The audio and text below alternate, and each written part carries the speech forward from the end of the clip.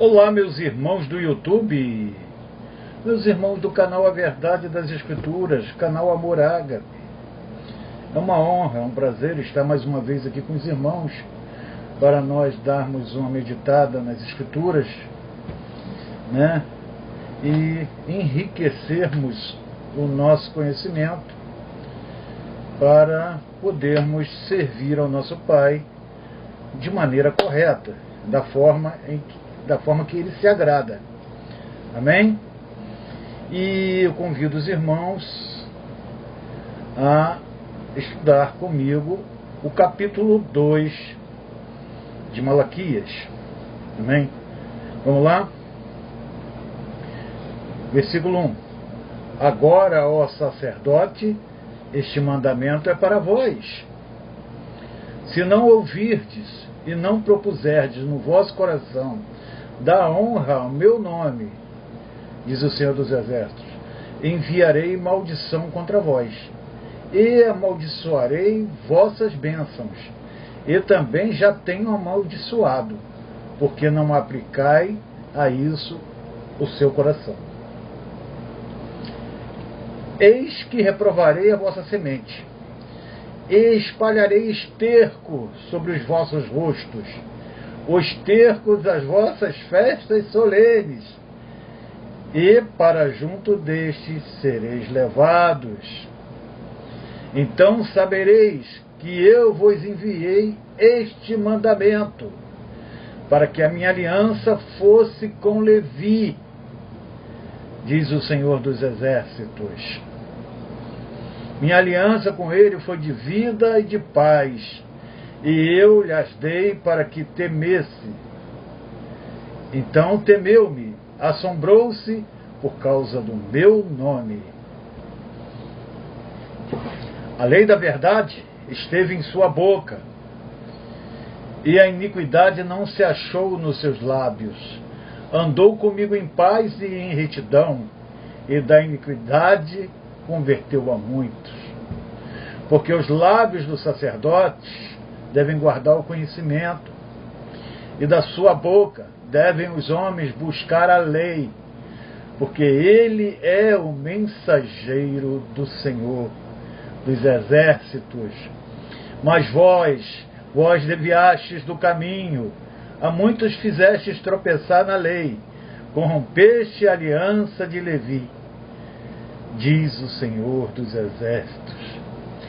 Por isso, também eu vos fiz desprezíveis e indignos diante de todo o povo, visto que não guardaste os meus caminhos, mas fizeste acepção de pessoas na lei.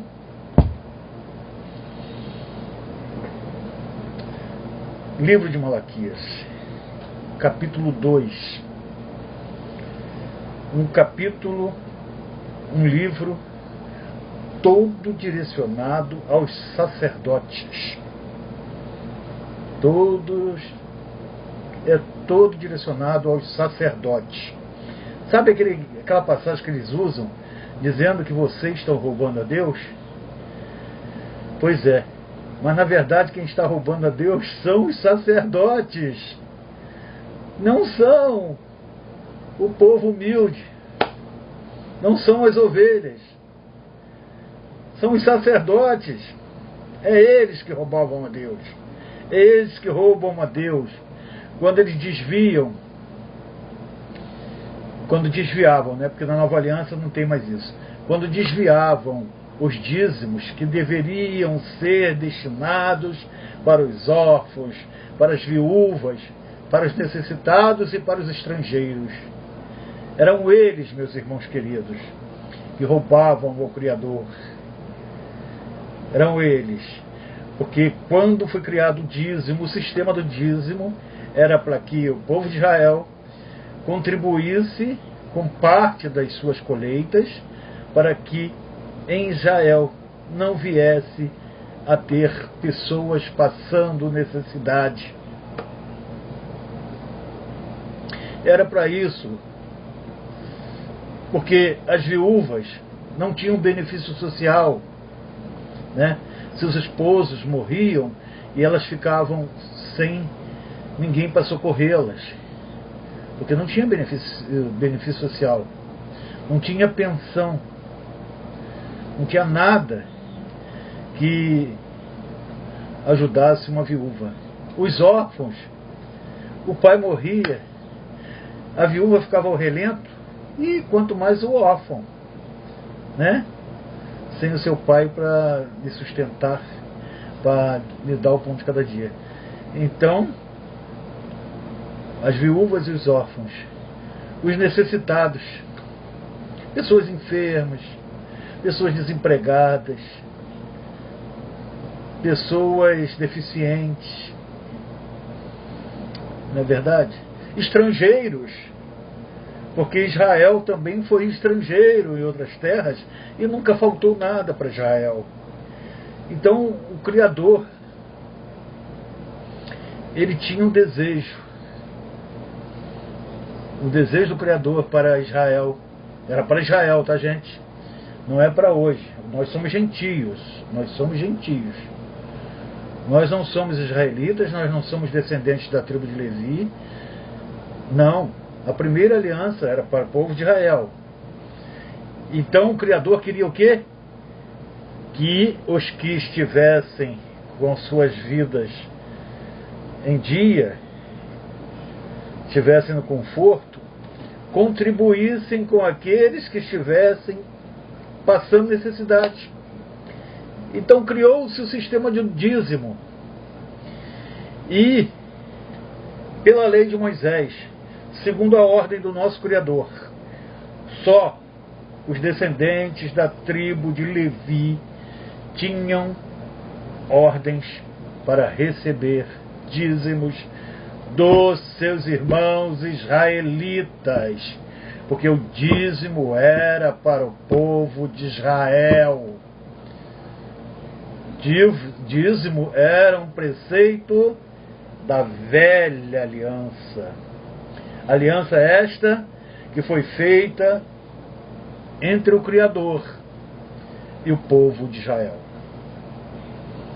Mas, irmão Carlos, o que aqueles sacerdotes estavam fazendo no templo, recolhendo o dízimo do povo, se só a tribo de Levi podia receber dízimos? Simples, queridos. Quando Salomão e Davi, num ato de rebeldia, num ato de desobediência, construíram aquele templo, eles deram pé na bunda dos levitas. Ele, Salomão, né? Quando inaugurou o templo, ele deu um pé na bunda no pessoal da tribo de Levi e instituiu os seus sacerdotes. E a partir dali, os descendentes de Levi, que estavam encarregados de receber o dízimo do povo de Israel, foram substituídos pelos sacerdotes. Criou-se sacerdotes, criou-se turnos, aí instituiu músicos, e aí instituiu os sacrifícios. Mas até então, só o pessoal da tribo de Levi tinha ordem para receber dízimos. Paulo fala sobre isso lá no livro de Gálatas, se eu não me engano, no capítulo 5. Então é por isso que o Criador fala aqui, no versículo 5 do capítulo 2 de Malaquia: e sabereis que eu vos enviei este mandamento, para que a minha aliança fosse com Levi. Levi, diz o Senhor dos Exércitos. Levi. Só os descendentes da tribo de Levi poderiam receber dízimos dos seus irmãos israelitas, e não aqueles sacerdotes que na época de Salvador estavam comandando o templo. Né? 6. A lei da verdade esteve na sua boca, e a iniquidade não se achou nos seus lábios. Andou comigo em paz e em retidão, e da iniquidade converteu-mo a muitos. Então aqui no versículo 6 o nosso Criador faz um elogio ao pessoal da tribo de Levi, e diz que a lei da verdade esteve na boca dos descendentes de Levi, e não se achou iniquidade nos lábios daqueles que comandavam e que cuidavam do tabernáculo do nosso Pai. Eles andaram com o Criador em paz e em retidão, e livraram muitos da iniquidade. Né? É isso que o Criador está falando no versículo 6. Aí o Criador aqui no versículo 7 ele explica: porque os lábios dos sacerdotes devem guardar o conhecimento, e da sua boca devem os homens buscar a lei, porque ele é o mensageiro do Senhor dos Exércitos. Então, todo sacerdote que é chamado pelo Criador, eu não estou falando aqui de sacerdote chamado por Davi ou por Salomão, ou por esses homens do sistema religioso, não. Estou falando de sacerdotes, homens que recebem o dom de guiar as ovelhas do Criador aqui na terra. É desses homens que eu estou falando. E é nos lábios desses homens que as pessoas devem procurar o conhecimento. E da boca desses homens deve sair a lei do reino do nosso Pai. E qual é a lei do reino do nosso Pai? Façai aos outros o que vocês gostariam que eles os fizessem, porque esta é a lei e os ensinos dos profetas. Aí no versículo 8, o Criador já começa a puxar a orelha deles.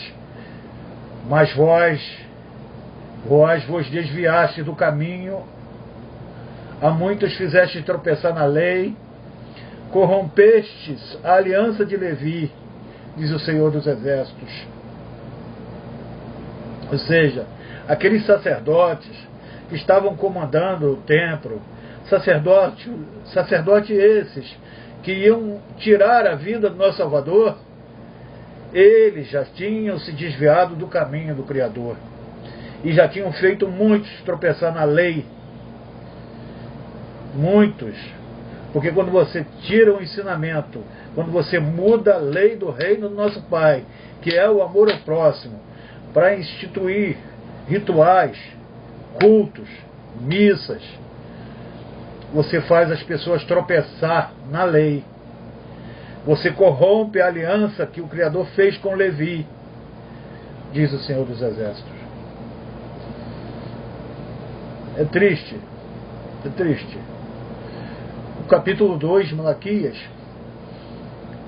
é um desabafo do nosso Criador para com esses homens que, mediante a força bruta, se autodenominam representantes dele aqui na Terra.